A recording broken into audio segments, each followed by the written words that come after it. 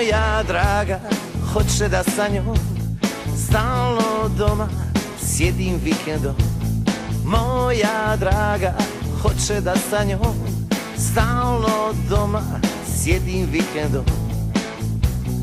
A ja idem s dečkima na pivo, pa na koncert dobar bend uživo.